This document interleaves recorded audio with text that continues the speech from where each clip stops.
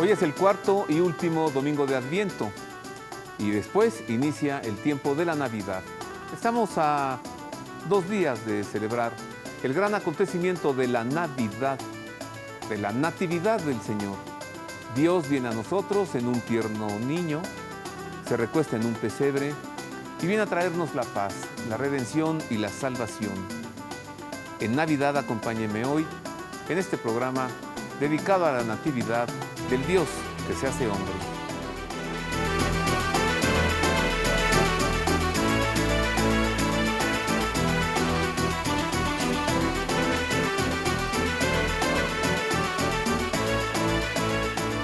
Es un grande gusto saludarle, gracias por estar con nosotros.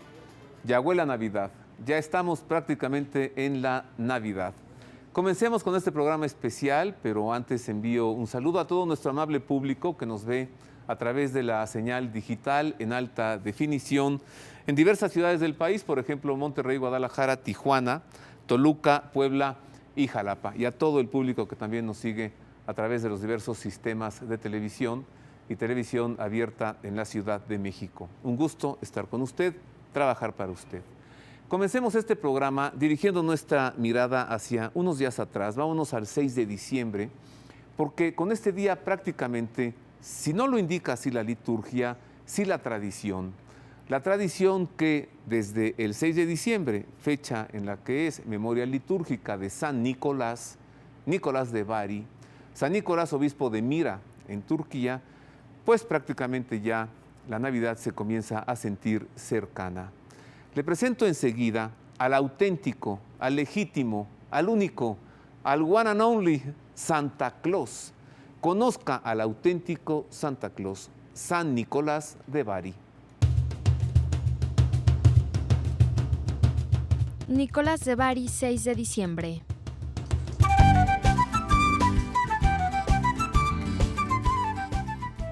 Nació en la región de Licia, actualmente Turquía, en una familia adinerada y desde niño se destacó por su carácter piadoso y generoso. Tenía un tío que era obispo y este lo consagró como sacerdote.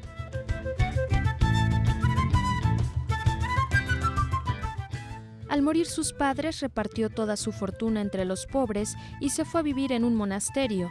Después de un tiempo decidió visitar Tierra Santa. A su vuelta llegó a la ciudad de Mira, Anatolia, actualmente Turquía, donde fue consagrado obispo. Fue preso por un decreto del emperador Licinio contra los cristianos por el que fue encarcelado y azotado, siendo liberado por el emperador Constantino.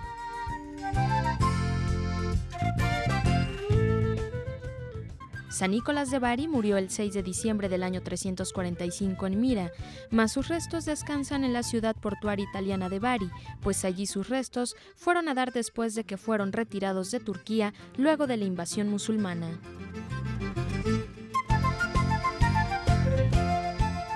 Por haber sido tan amigo de la niñez, en su fiesta se reparten dulces y regalos a los niños, y prácticamente con esta fecha se empezaban las festividades de diciembre. Nicolás de Bari, el patrono de Rusia, de Grecia y de Turquía, también es patrono de los marineros.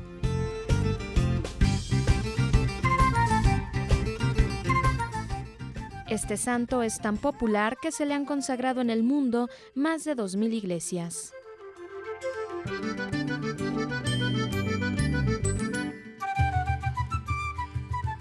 ¿Qué le parece el auténtico Santa Claus? Ahora sí, entremos al tema ya litúrgico de la Natividad. Hablemos de aquel momento, aquel acontecimiento que unió el cielo con la tierra, lo divino con lo humano, aquel misterio. Para profundizar en este tema, invito con especial afecto, aprecio, y además porque a usted le gustó mucho aquel programa que hice con él sobre el Adviento. Me refiero a Adolfo Ruiz Guzmán. Él, pues, se ha especializado en la liturgia y es maestro de celebraciones litúrgicas o ceremoniero, como le llamamos coloquialmente, en la Sexta Vicaría. Adolfo, bienvenido, muchas gracias. Roberto, muchísimas gracias por esta invitación. Me da muchísimo gusto estar aquí nuevamente con todo tu equipo y pues aquí para estar dando razones de nuestra fe, como decíamos el programa anterior. Sí, en el Adviento. Demos razón de nuestra fe. Exacto. Adolfo, Navidad es mucho más que esferas, foquitos. Navidad es mucho más que regalos. Decía el Papa algunos años atrás, hay que dirigir la mirada al pesebre y no dejar que esta Navidad nos secuestre, nos robe la idea inicial y nos vayamos a los centros comerciales, ¿no? Exacto, porque luego siempre tenemos ese grave peligro pues de perdernos en todo el ajetreo de la Navidad. El otro día estaba escuchando una anécdota donde estaba la señora de la casa, estaba preparando el pavo y tal, y ya toda la familia lista para irse a la misa, y de repente le dice la esposa al señor, oye, ¿qué te parece si mejor cenamos primero y después vamos a la Navidad, después vamos a la misa? Y le dice el papá, no, espérate, lo más importante ahorita es que nosotros vayamos a compartir el pan y a celebrar la Navidad. Ya después el pavo, los regalos y demás, eso es lo que ven. Esa es la cena, la del alimento de la vida nueva, Exacto. La Eucaristía. A ver, como conocedor de la liturgia que eres, ¿cuántas misas de Navidad hay? ¿Son 3? Bueno, vamos a celebrar algunas, bueno, déjame aquí encontrarlas, vamos a celebrar 4. ¿La de gallo? Bueno, esa es la de la mitad, pero primero vamos a celebrar la misa vespertina de la vigilia. Con eso propiamente es con lo que abrimos. Aquí vamos a ver que se va a caracterizar por la iniciación de lo que vamos a celebrar, de esos misterios. ¿Ya el 25? No, el 24 todavía en la noche. O sea, Ajá. a partir de las 6, recordemos también, por ejemplo, en las cuestiones de las misas dominicales, dicen coloquialmente, ¿no? Después de las 6 vale, ¿no? Sí. Entonces vamos, ¿por qué? Porque nosotros incluso desde la liturgia de las horas, nosotros comenzamos a prepararnos para el día siguiente con las vísperas. Entonces, en esta misa vespertina vamos a introducirnos en los misterios que vamos a celebrar. Entonces, vamos a tener 4 esquemas de misa ese día para que nosotros celebremos ese misterio, pero que lo hagamos conforme va avanzando el momento, para irnos preparando y para irnos introduciendo a los misterios. Entonces ahí nuevamente encontramos a Isaías, del que comentábamos la vez pasada, donde ya decía, entonces las naciones verán tu justicia. Y entonces ahí es donde ya nos va preparando para decir, ya ahora sí, ya está el Mesías ya aquí con nosotros. Aquí ya está el que habíamos esperado y el que les habíamos profetizado, ya en unas horas nacerá. Y entonces, esto es la misa del 24. Ajá, la que se llama la misa de la vespertina de la vigilia. Una vez que el sol se ha puesto. Exacto. Ajá. Y luego, ¿cuál sigue? ¿La de gallo? Bueno, ya seguiría justo la de gallo, la de medianoche, donde ahí agradecemos a Dios por el milagro ocurrido en la noche, que es lo que tú comentabas, donde el cielo y la tierra se unen. Y entonces ahí es donde vamos a encontrar nuevamente Isaías, donde nos va a decir, un hijo nos ha nacido, que es el Hijo de Dios. Y entonces el Evangelio vamos a escuchar esa narración hermosísima que nos proporciona el Evangelio de Lucas. Y entonces allá nos viene narrando cómo viene toda esa historia, pues de lo que estamos celebrando, de lo que vamos a celebrar, y que al final ya es ese Manuel que ya es Dios con nosotros, que ya está aquí. Incluso es muy bonito en la ceremonia, en la celebración, porque ya en la procesión entra el niño Jesús dentro de la procesión en un lugar especial, donde en algunas tradiciones se coloca ya que va a ser la última vez que vamos a ver la corona de Adviento, en el centro de la corona de Adviento, y al final pues siempre es muy bonito cuando levantan al niño y pues siempre la iglesia se cae en aplausos y ya lo acompaña una familia o lo acompaña como lo acostumbran en las diversas iglesias, donde ya lo depositan en el pesebre ya para su lugar, para no perder ese sentido de que eso es lo central, de que Jesucristo nos ha nacido. El Santo Padre sí preside la celebración de la Misa de Gallo a las 12 de la noche. Aquí en México a las 8, ¿no? Bueno, pero es que ya también un poco por la comodidad, ¿no? Sí, claro. Pero que sí se ha perdido también justo ese sentido, porque justo la misa vespertina pues debía ser 6, 7, luego la misa de gallo, o la misa ya propiamente de la medianoche, y luego también está otra tradición que es muy bonita, que se ha perdido un poco, que es la misa de la aurora, que ya es hacia el amanecer, donde ya aquí vamos a encontrar ya a ese verbo que se hizo carne, y aquí es muy bonita porque es la que coloquialmente dicen los pastores, ¿no? Que es la misa de los pastores. Porque aquí es donde vemos ya esa parte del nacimiento de Jesucristo, ahora donde ya llegan los pastores a adorar al niño, donde ya vamos a ver todas esas narraciones, donde ya está Cristo aquí presente con nosotros, donde ya está ese Emmanuel que hemos estado esperando. Está el 25 por la madrugada. Exacto. Luego tenemos la misa propia del día. Del día, que es todo el día del 25. Sí, todo el día, y que lo vamos a estar repitiendo durante la octava, porque es un acontecimiento tan importante que tenemos que repetirlo y celebrarlo, donde vamos a atravesar la octava de la Navidad, que también dentro de la octava de la Navidad se nos van a presentar fiestas muy importantes. Bueno, es que toca en la Sagrada Familia, por un lado, también toca la parte de San Esteban, el protomártir, que es muy interesante su fiesta de San Esteban, porque eso nos permite recordar un asunto muy importante, nos permite representar, o estamos recordando a aquellos a quienes han querido entregar la vida por Cristo, y que lo hacen de manera voluntaria. Luego también tendremos una fiesta importantísima, la de San Juan Evangelista, de aquellos que están dispuestos a entregar su vida por Cristo y no los han matado. Recordemos que San Juan pues, es el único de los apóstoles que no muere de forma violenta, porque él fue el que tuvo el valor de estar junto a la Virgen ahí al pie de la cruz. Ajá, aunque bueno, intentaron matarlo, pero nunca pudieron. Pero nunca pudieron, porque pues hay que recordar que otro sentido también que nos da la Navidad, que es muy importante, Dios es fiel. Sí, además tenía que revelarle allá en Patmos Bueno, ya. todo el libro de la Revelación o del Apocalipsis. A ver, Adolfo, explícanos, ¿qué es la octava de Navidad? Esto es un tema totalmente litúrgico, la octava de Navidad, y habrá oído tal vez usted hablar de la infraoctava. ¿Qué es esto? Bueno, ahí donde nosotros estamos celebrando es que va a ser la gran celebración de la Navidad, que es tan importante, que cambió el mundo, que cambió pues todo, incluso hasta la historia. Tan es que decimos antes de Cristo y después de Cristo. No hubo ningún otro personaje histórico que pudiéramos ver que partiera la historia de esa manera, que todo el mundo se rigiera por ese acontecimiento tan importante. Y entonces es tan importante, tan solemne ese acontecimiento, que lo vamos a estar celebrando durante 8 días seguidos. O sea, la misa que vamos a estar escuchando en los siguientes días va a ser justo dedicado a ese gran acontecimiento, con sus lecturas propias y tal, y además que se atraviesan pues estas fiestas que te comentaba, que también me faltó mencionar los santos inocentes, donde también ahí nos permite recordar a todos aquellos que dan la vida por Cristo, pero que no han sido conscientes de ello. A ver, preguntas técnicas, bueno, litúrgicas. 1 de enero, María Madre de Dios. Exacto. ¿Es considerada infraoctava de Navidad? Todavía son, octava de Navidad. Ya es todavía lo último, ya es la infraoctava. ¿Y cuándo termina propiamente la Navidad para entrar al tiempo ordinario? Bueno, o sea, recordemos que la Navidad propiamente va a empezar con la misa que te comentaba, o sea, con las primeras vísperas del 25, o es decir, las últimas vísperas del 24, ahí comienza el tiempo de Navidad y vamos a tener que nos vamos a prolongar el tiempo de Navidad, donde vamos a pasar fechas muy importantes, la Epifanía, y donde será el primer domingo ordinario, ya será el bautismo del Señor. Ajá. Entonces, durante todavía la Epifanía, vamos a seguir los siguientes días, que será el lunes después de la Epifanía, y vamos a ir continuando después de la Epifanía. Pues mira, calendario en mano para este año, tenemos el domingo 6, Epifanía. Exacto. El domingo 13, que sería el bautismo del Señor.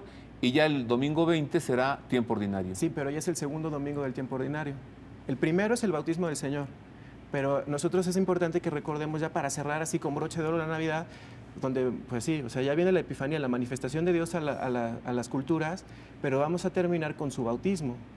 Entonces ahí ya propiamente es donde vamos a hablar de que ya empezamos el tiempo ordinario. Pero de hecho ven que todavía en México todavía se tiene la costumbre de quitar los nacimientos, los belenes, hasta el 2 de febrero, el día de la, bueno, como dicen coloquialmente, de la Candelaria, porque pues ahí va a ser la presentación del Señor. O el día de los tamales. Exacto. Pior con Y. Sí. Así que ya lo escuchó usted, mire, fuertes declaraciones de Adolfo Ruiz. La Navidad no termina el 26 de diciembre. 26 de diciembre, todos estos días sigue siendo Navidad. Nada que ver con la Candelaria, que los tamales. La Navidad termina con el bautismo del Señor. Que ya es el primer domingo del tiempo ordinario. Sí, y que ya es primer domingo de tiempo ordinario. Seguimos en todo este tiempo ordinario hasta la Cuaresma. Hasta la Cuaresma. O hasta el miércoles de ceniza. Bueno, ahí empieza propiamente la Cuaresma. Ay, tengo otra pregunta técnica, pero me dan ganas de esperarme al próximo año para que vengas a hablarnos de la Cuaresma. No, pues tú ya sabes que Pero a ver, va de una vez, mire, un adelantito para que vea usted la capacidad aquí de Adolfo. Miércoles de ceniza, jueves, viernes, sábados, ¿son Cuaresma o son introductorios? Son los días de ceniza. Hay que recordar cuándo termina la Cuaresma. Y ahorita con eso respondo a tu pregunta. Porque las personas están acostumbradas a que la Cuaresma termine el Domingo de Ramos y no es así. La Cuaresma termina con la misa de la Cena del Señor el jueves. Entonces ahí tenemos, si tú haces para atrás los días, nos faltan 3, que serían jueves, viernes, bueno, esos días que son después del miércoles de ceniza. Ajá. O sea, todo ya es propiamente Cuaresma, aunque el misal te marque que es jueves después de ceniza y viernes después de ceniza, pero son días que ya empiezan a ser considerados como Cuaresma. Entran en la cuenta de los 40 días. Exacto, porque si no, si lo haces no te da el número. Aunque propiamente la Cuaresma inicia en domingo de Cuaresma. Bueno, el primer domingo de Cuaresma. Ajá. Y los sábado, viernes, jueves y miércoles introductorios a la Cuaresma. Pero ya es Cuaresma. O sea, inclusive nosotros podemos vernos o ayudarnos más fácilmente por los ornamentos del celebrante, porque ya trae morado. Si fuera otro tiempo, ya Ajá. traería verde, traería Si voy a cualquier misa otro el color. jueves, al día siguiente de miércoles ceniza, ya es Ya es morado. morado. Bueno, pero este es tema del próximo. Vamos a escuchar enseguida una canción hermosa, bellísima. Usted la ha de conocer tal vez, una chica que se llama Carla Morrison. Y le escribió una canción a Jesús, así se llama, Jesús. Y es una canción de Navidad, posiblemente de lo más nuevo de Navidad que hayamos escuchado. Y aquí la producción del Pulso de la Fe la ilustramos.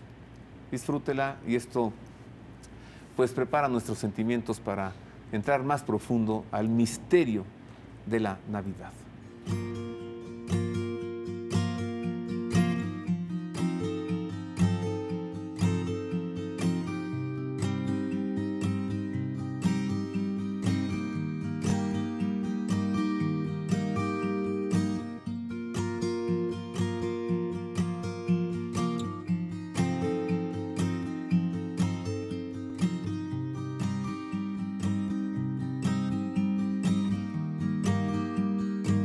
Hoy yo quiero recordar todo lo bueno que me das para crecer y valorarme, para entenderte y no olvidarte.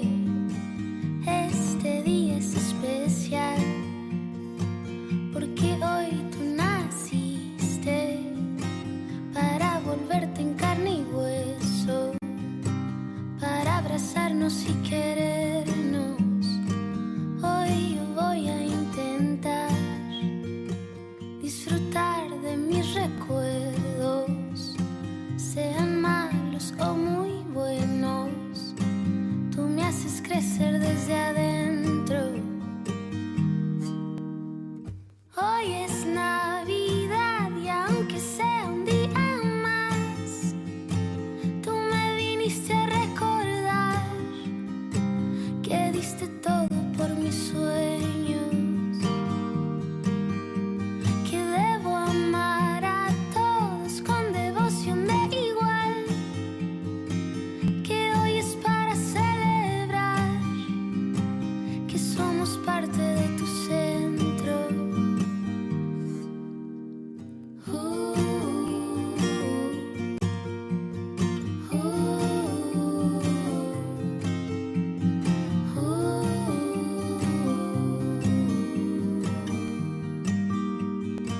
Y aunque no te comprendieron aquellos de tiempo atrás, y a veces unos de hoy día, tú eres el aire de su aliento. Tú no te fuiste para siempre, tu carne era temporal, siempre cuidándonos estás. Perdonas cada movimiento y aunque a veces el mundo ya no te responde igual, tú sin duda alguna levantas todos los tropiezos. Hoy es Navidad y aunque sea un día más, tú me viniste a recordar que diste todo por mis sueños, que debo amar a todos con devoción de igual, que hoy es para celebrar que somos parte de tu centro. Hoy es Navidad y aunque sea un día más, tú me viniste a recordar que diste todo por mis sueños, que debo amar a todos con devoción de igual, que hoy es para celebrar que somos parte de tu centro. Hoy yo quiero recordar. ¿Qué tal la canción de Carla Morrison sobre Navidad? Hago una pausa, regreso, para conocer qué es lo que sucedió en aquella noche, en la noche de Navidad, cuando en Cristo Se unió el cielo con la tierra, lo divino con lo humano.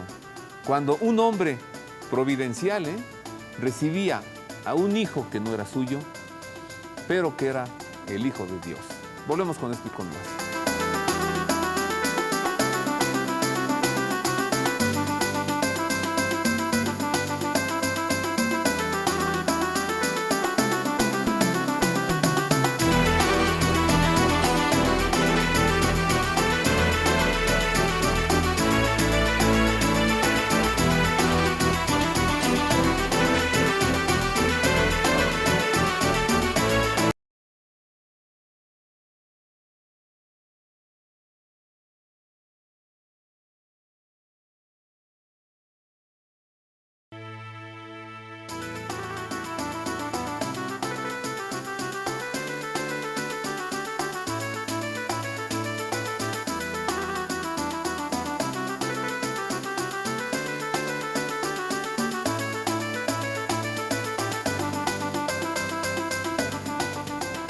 Hoy estamos hablando en el Pulso de la Fe sobre el tiempo más bello del año, el tiempo más emocional, el tiempo que nos entrega más sentimientos de perdón, de reconciliación, de paz, de amor, porque con una infinita ternura Dios vino a nosotros en la oscuridad de la noche, en un tierno niño, en un pesebre. Ha de regresar, sí, pero revestido de poder y de gloria, entre las nubes del cielo y rodeado con sus ángeles. Ese será el tiempo de la parucía. Así que somos muy felices en este tiempo en el que, recordemos, algunos años atrás se paraban las guerras, se deponían las armas. Yo recuerdo a mi papacito, en paz descansa, que nos leía el periódico y decía, miren, cese al fuego en la guerra de Vietnam, porque es Navidad. Hoy no sucede eso, pero lo que sí sucede es que Él sigue viniendo a nosotros, el Señor de la historia. Vayamos enseguida al texto original, a la Sagrada Escritura, al relato que San Lucas nos entrega en su Evangelio de lo que sucedió aquella noche. Sucedió que por aquellos días salió un edicto de César Augusto ordenando que se empadronase todo el mundo. Este primer censo tuvo lugar siendo gobernador de Siria Cirino. Iban todos a empadronarse, cada uno a su ciudad. Subió también José desde Galilea, de la ciudad de Nazaret a Judea, a la ciudad de David que se llama Belén, por ser él de la casa y familia de David, para empadronarse con María su esposa, que estaba encinta. Y sucedió que mientras ellos estaban allí, se le cumplieron los días del alumbramiento y dio a luz a su hijo primogénito. Le envolvió en pañales y le acostó en un pesebre porque no tenían sitio en el alojamiento. Había en la misma comarca unos pastores que dormían al raso y vigilaban por turno durante la noche su rebaño. Se les presentó el ángel del Señor y la gloria del Señor los envolvió en su luz y se llenaron de temor.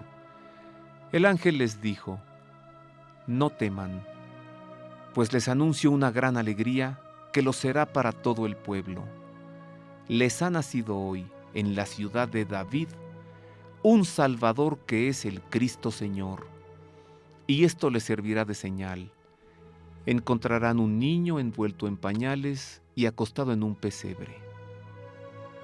Y de pronto se juntó con el ángel una multitud del ejército celestial que alababa a Dios diciendo, Gloria a Dios en las alturas y en la tierra paz a los hombres en quienes Él se complace.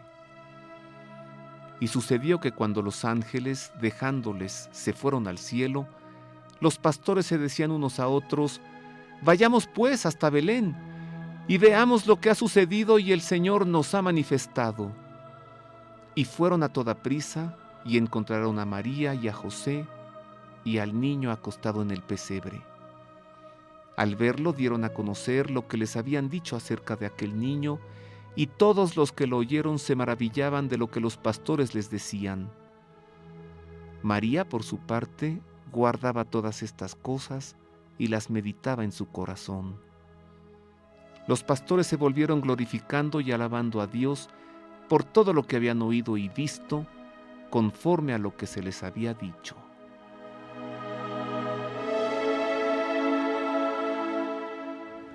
El relato del nacimiento según San Lucas. Yo sigo platicando con Adolfo Ruiz Guzmán, él es liturgista, maestro de celebraciones litúrgicas en la Sexta Vicaría, la Vicaría San José, de la que es titular Monseñor Crispín, obispo auxiliar de la Arquidiócesis de México. Adolfo, ¿qué sucedió esa noche? Ahora háblanos del misterio. Dejemos un poco los tecnicismos litúrgicos y hablemos del acontecimiento místico, de la espiritualidad de la Navidad. Bueno, ahora nos vamos a enfrentar al gran misterio. Pero hay que hacer una aclaración que creo que sería pertinente. O sea, no hay que perder de vista que el hecho de que se le llame misterio no quiere decir que sea algo oculto, que sea algo de magia o algo así, sino es un misterio porque hay muchas cosas que nosotros no alcanzamos a comprender y ahí es donde ya necesariamente tenemos que incurrir en los terrenos de la fe. Porque ahí es donde nosotros vemos la explicación de un misterio, pues por ejemplo nos enfrentamos a la Eucaristía y pues sí estamos viendo la Eucaristía, pero hay muchas cosas que se esconden detrás, o sea, nosotros vemos el pan consagrado, pero hay muchísimas cosas que están detrás, está el mismo Jesucristo, pero ¿cómo comprendemos la transustanciación? Pues solo con fe. La encarnación del Verbo.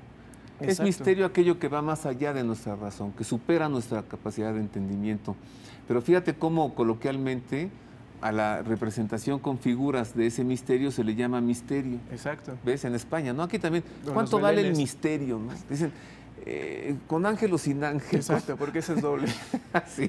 Pero también ¿Con belenes, pastores ¿no? o sin pastores? Ah, sí, y ahora que con los animales, ¿no? Porque ahora el Papa Benedicto ya explicó por fin el sentido de lo que quería decir Isaías con eso, ¿no? Sí. Que ahora ya nos queda más claro, que sobre todo por la fidelidad de los animales, ¿no?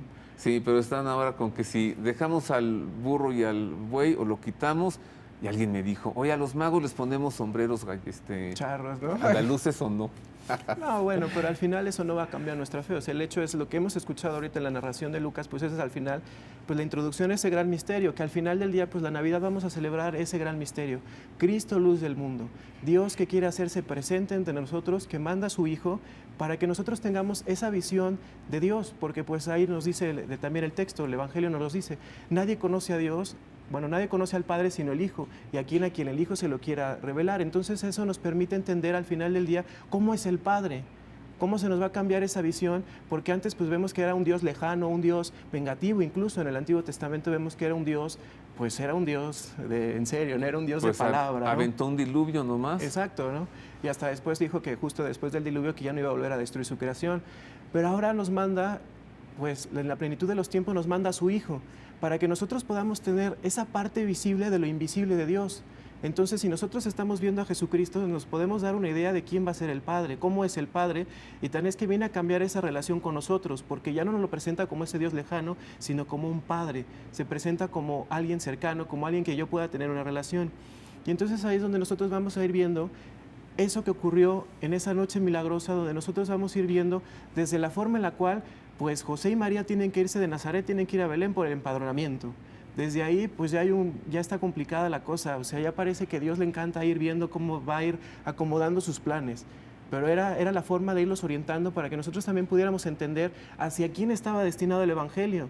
Y vemos que en el pesebre vamos viendo que ese Evangelio va a estar destinado a los pobres, donde vamos a estar viendo a aquellos que se quieren hacer como niños. Por eso dirá las bienaventuranzas, bienaventurados los pobres de espíritu, porque ellos verán a Dios.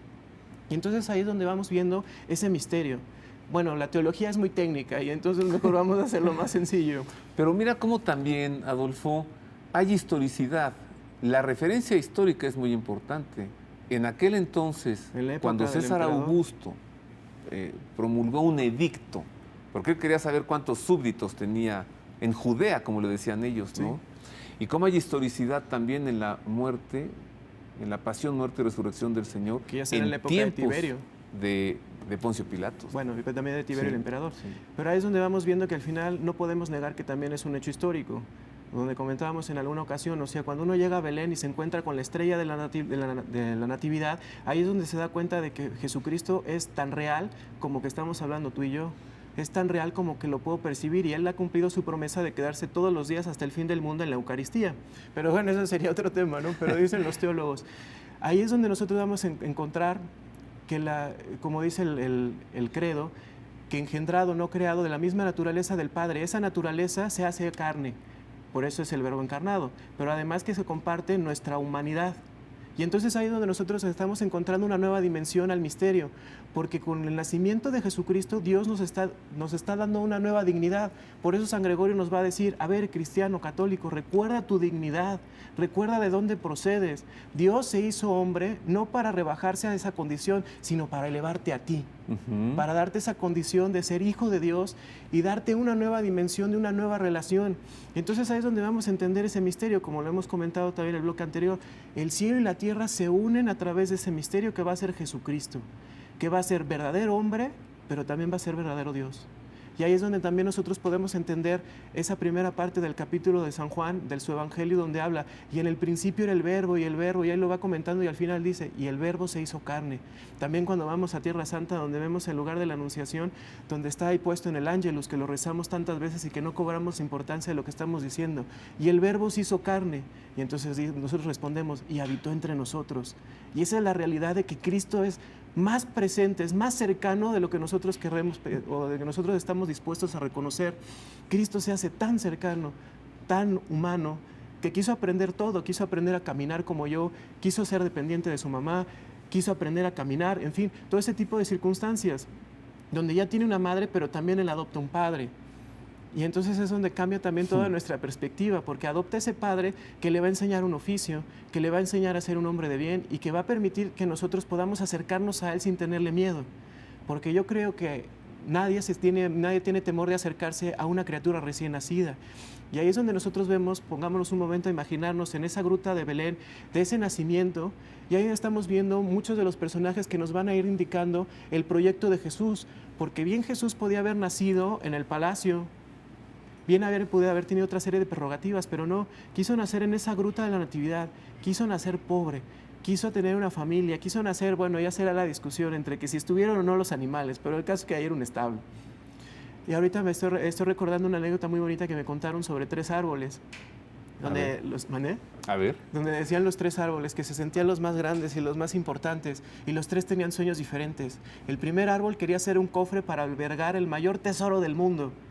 El segundo quería ser formar parte de un gran barco.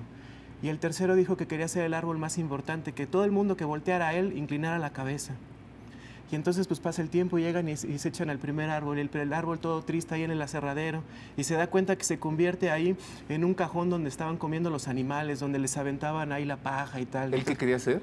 Él quería ser el cofre donde albergara el mayor tesoro del mundo. Ajá.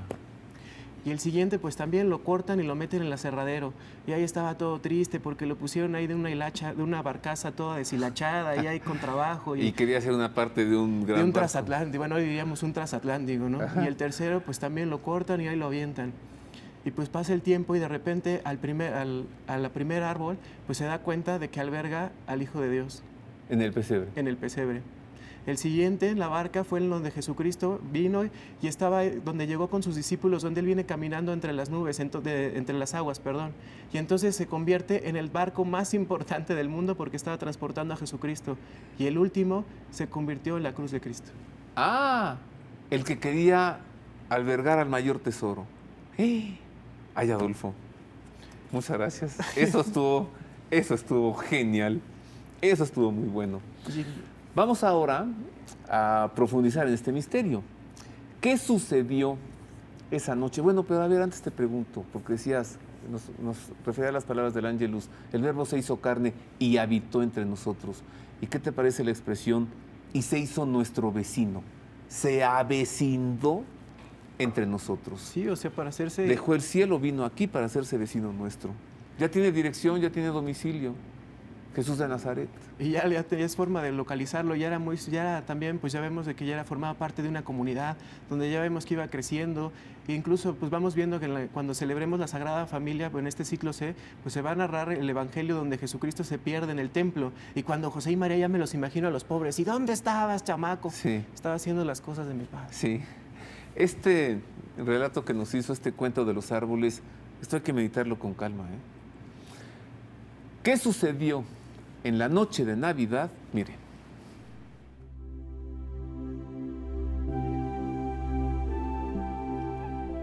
San Juan de la Cruz define en un breve verso lo que sucedió la noche de Navidad en Belén de Judá. Oh noche amable más que la alborada, oh noche que juntaste amado con amada, amada en el amado transformada.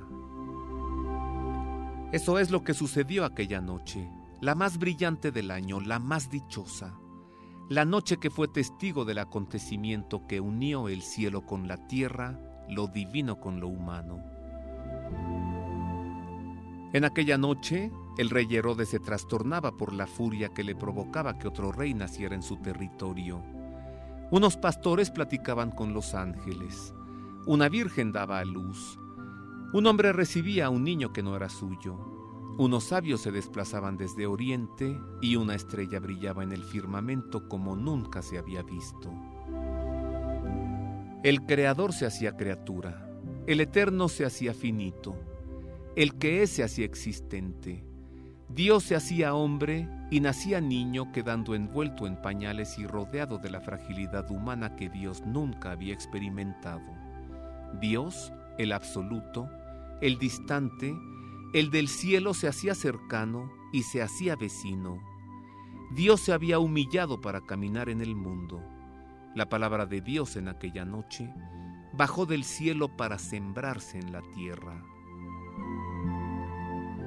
En esta Navidad podemos nosotros también, en medio de nuestra cotidianeidad, aunque parezca increíble, platicar con los ángeles, contemplar a la Virgen que da a luz, ver cómo José recibe antes que todos al hijo que no es suyo, porque es hijo de Dios, levantar la mirada al cielo y contemplar una y millones de estrellas que brillan, y finalmente ser como los pastores, que aún sin comprender pueden aceptar, postrarse y adorar a aquel que nació en aquella noche dichosa.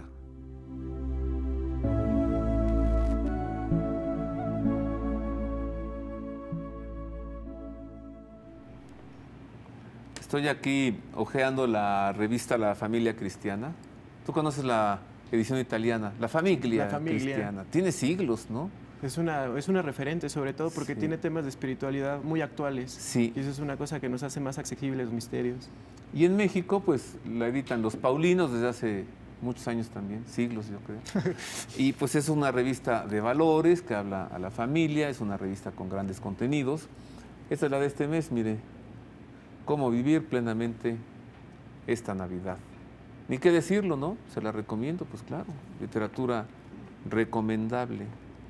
Está buena, trae artículos para niños. Ah, traído aquí un, mire, De lo que vivimos el 12 de diciembre. sí, un póster, dicen ahora, un cromo, de la Virgencita, como le decimos en México. Voy a hacer una pausa, regreso. ¿Ya viste lo que tenemos de tweets, Adolfo? Eres así como muy bien recibido en Twitter. No, bueno, es para mí un gusto. Gracias por todos estos amables comentarios a través de Twitter. Una pausa, regreso con más, mucho más de la Navidad, la encarnación del Verbo, la palabra, la fuerza creadora de Dios que se hizo hombre, que asumió nuestra carne, nuestra naturaleza, porque habíamos caído. Y mire que los ángeles también cayeron y nunca se hizo ángel para ir a buscarlos. Nosotros caímos y se hizo uno de nosotros para venir por nosotros. Vuelvo con esto y con más, luego de una pausa breve.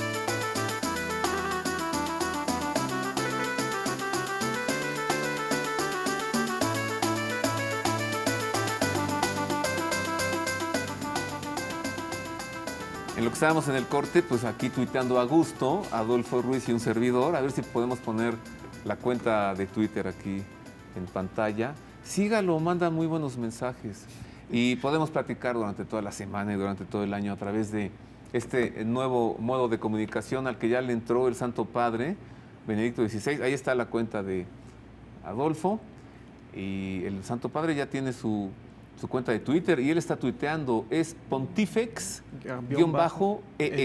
que es la versión en español. Exacto. Pontifex, a ver Isaac, ponte abusado ahora, Isaac es mi productor, la cuenta del Papa en Twitter, Pontifex-ES. Y bueno, la cuenta de un servidor ya la conoce. Que enseguida, tú estabas hablando hace rato, Adolfo, de la Basílica de la Natividad en Belén. Así es. La gruta donde el niño nació. Ahora hay una basílica allí. Vámonos hasta Belén. Qué ganas, ¿no?, de estar allí en Navidad, de celebrar allí el 25 de diciembre. Me tocó celebrar la Cuaresma y la Semana Santa, pero la Navidad fue algo con lo que siempre me quedé con ganas. Pero ojalá que ya logremos un día vencer todos los muros que nos separan y que realmente se pueda vivir ahí, que es la Tierra Santa. Sí, sí, claro. Vámonos hasta Tierra Santa. Vámonos hasta Belén, Belén de Judá, territorio palestino hoy. Ahí está la Basílica de la Natividad. Mire usted el lugar en el que Jesús niño nació. La actual Basílica de la Natividad fue construida por el emperador Justiniano entre el año 527 y el 565 en el lugar de la anterior Basílica de Constantino del siglo IV.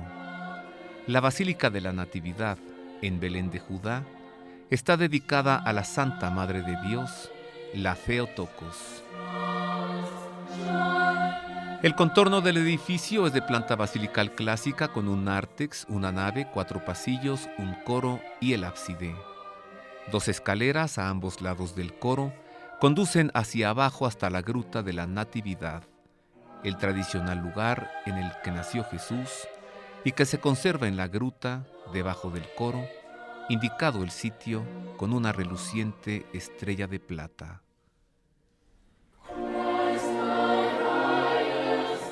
La entrada principal a la basílica se encuentra en el lado oeste. 2 de las entradas originales del siglo VII fueron tapiadas. El portón norte está disimulado por un contrafuerte, el portón sur por una pared del adyacente monasterio armenio. El tamaño del restante portón central fue reducido varias veces y la actual entrada tiene solo 1,20 m de altura para provocar que todo el que entre lo haga de manera reverencial. Arquitectónicamente, la basílica ha permanecido igual desde el momento de su construcción, con algunos pequeños remanentes de las decoraciones originales o medievales. En lo alto de las paredes de la nave aún se pueden ver fragmentos de mosaicos bizantinos del siglo XII. También son visibles restos de la decoración cruzada en los pilares que separan los pasillos en el cuerpo principal de la iglesia. Las partes superiores de los pilares están pintadas con imágenes de diversos santos de las iglesias de Occidente y de Oriente. El techo es muy antiguo, data del siglo XIV y es necesario restaurarlo. Desde las cruzadas, parte de la iglesia pasaron a ser propiedad de las comunidades ortodoxa griega, ortodoxa armenia y católica romana. Los derechos, privilegios y posesiones de estas comunidades están protegidos por el status quo de los santos lugares de 1852, tal como está garantizado en el artículo 12 del Tratado de Berlín de 1878. La Iglesia Católica Romana tiene la propiedad exclusiva del altar de la adoración de los Reyes Magos en el área de la Gruta de la Natividad, conocida como la Gruta del Pesebre. También conserva la propiedad de la estrella de plata debajo del adyacente altar de la Natividad. Tanto los armenios como los católicos tienen derecho de paso y de procesión en la nave de la Basílica de la Natividad en Belén de Judá.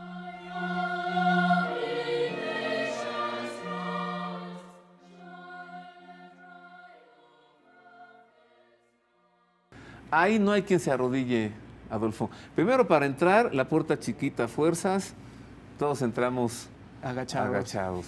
Y luego para la estrella, pues no hay quien se tire allí, ¿no? Se avienta su clavado y beso. Me acuerdo que también me tocó varias peregrinaciones, sobre todo de muchas peregrinaciones de españoles, y que iban cantando, era bien bonito. Bueno, no recuerdo, no me acuerdo de las canciones, porque eran villancicos tradicionales españoles, pero era un gusto y una emoción ver cómo todos iban preparando y cantando. Estábamos creo que en verano, pero ellos cantando sus villancicos de preparación para lo que iban a vivir.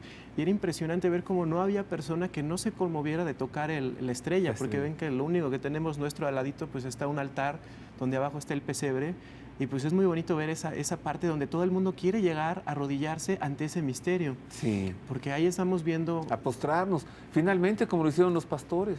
Exacto, y es curioso porque hayan sido los pastores, porque en esa época, si nosotros vemos quiénes eran los pastores, pues eran los que eran considerados como los vándalos, como los ladrones, como tal, y Jesucristo quiso que ellos fueran, que estuvieran en primera fila, y entonces ¿eso qué nos está diciendo? Vengo por ti, me hice hombre porque quiero estar contigo, exacto, porque no hay nada que para Dios no sea imposible, y entonces yo vengo especialmente por ti. Y a buscar la conversión, Adolfo. Exacto. En Roma hay 4 basílicas papales: San Pedro, San Juan, Santa María la Mayor y San Pablo Extramuros. En Santa María la Mayor, ahí adentro, hay una reliquia del pesebre. Profundicemos en este misterio en unos cuantos minutos que nos quedan. Contigo mucho tiempo siempre será poco tiempo, Adolfo. Eres muy gentil. ¿Cómo vivir esta Navidad? Sobre todo yo creo que ¿Qué hacer? Es lo que venían diciendo, lo han comentado los padres de la iglesia, una felicidad total. Es una felicidad porque Dios se hizo hombre. Dios se hizo hombre, pero no nada más por la generalidad, porque luego también nos perdemos en ese aspecto, sino ponlo en primera persona. Se hizo hombre por ti, se hizo hombre por mí, porque Él quería establecer una nueva relación con los hombres. Él quería que nosotros pudiéramos entender al final del día que ese es un Padre amoroso, que está dispuesto a recibirnos por encima de todas las cosas. Luego también uno de los grandes filósofos de la época, bueno, de los filósofos cristianos, Santo Tomás y San Agustín, nos van a hablar un poco de que la Navidad también nos va recordando esa experiencia de ese cuerpo místico de Jesucristo, que si bien nace la cabeza, pero también debemos de nacer nosotros que somos los miembros. Y entonces en esta Navidad también nos debe recordar que debemos ir preparando todavía nuestro corazón para que tenga ese pesebre, para que Jesucristo se pueda hacer en nosotros, para que esté con nosotros, para que esté presente y para que al final del día nosotros también podamos transmitir ese amor. Y una cosa que no debemos de perder de vista, que comentábamos hace un rato, Dios es fiel, que eso muchas veces también lo perdemos de vista. Y Él sí es fiel. Exacto. Nosotros, pues no, pero porque nos cuesta trabajo y al final del día, pues ese es el camino de la conversión. Me caigo, me levanto, me sacudo y pues, Dios mío, tú sabes que yo sin ti no puedo. Porque si fuera proyecto tuyo, pues ya se hubiera caído, si hubiera sido cosa tuya, otra cosa hubiera sido. Pero yo sé en quién creo, yo sé que tú eres fiel, a pesar de que yo me aleje y tal. Y luego muchas veces nos enojamos con Dios, o luego no entendemos muchas veces sus proyectos, o luego no entendemos las pruebas, pero al final no nos damos cuenta que nos va a permitir salir fortalecidos. Y ahí es donde realmente vamos a demostrar quién es fiel. Veamos cómo Santa Teresa del Niño Jesús, esta pequeña, grande santa, desde su pequeño convento en Lisieux, Francia, ella escribe una cosa bellísima para Navidad. Viene a nosotros el Dios inmortal y se hace mortal. Viene a pedirnos limosna, el que es Dios, el Verbo eterno. ¿Y qué le vamos a dar? Y ella propone, mire, desde su infinita ternura, estos regalitos para el que nace, para el del cumpleaños, para el que cumple años pasado mañana. Mire. Santa Teresa del Niño Jesús escribió una recreación piadosa a la que llamó El divino pequeño mendigo de Navidad pidiendo limosna a las carmelitas, en la que narra cómo un ángel aparece llevando al Niño Jesús en sus brazos, mientras canta lo siguiente: En el nombre del que adoro les tiendo, hermanas, la mano, y canto por este niño que todavía no habla. Para este niño Jesús, el desterrado del cielo, solo he encontrado en el mundo indiferencia profunda. Por eso vengo al Carmelo. Que todas sus caricias, alabanzas y ternuras sean para el niño Dios. Almas que el amor las queme al ver que el Dios inmortal se hace mortal por nosotros. Oh conmovedor misterio, viene a pedirles limosna el que es Dios, el Verbo eterno. Luego del canto, el ángel deposita al niño Jesús en el pesebre y presenta una cesta con papelitos que tienen escrita cada una de las limosnas que el niño ha venido a pedir. Esas limosnas son un trono de oro, leche, pajaritos, una estrella, una lira, rosas, un valle, segadores, un racimo de uvas, una hostia pequeña, una sonrisa, un juguete, una almohada, una flor, pan, un espejo, un palacio, una corona de lirios, bombones, una caricia, una cuna, pañales, fuego, un pastel, miel y un cordero. Cuando el ángel termina de leer cada una de las limosnas que Jesús ha pedido, lo toma del pesebre, lo carga en sus brazos y canta lo siguiente. Les da las gracias el niño, va encantado de los bellos regalos que le han hecho, y en el libro de la vida los pondrá con sus nombres. Ha encontrado sus delicias Jesús en ustedes. Para pagar sacrificios, los sacrificios que hacen, este niño tiene un cielo. Si permanecen fieles en contentar a este niño, les dará alas de amor para el más sublime vuelo.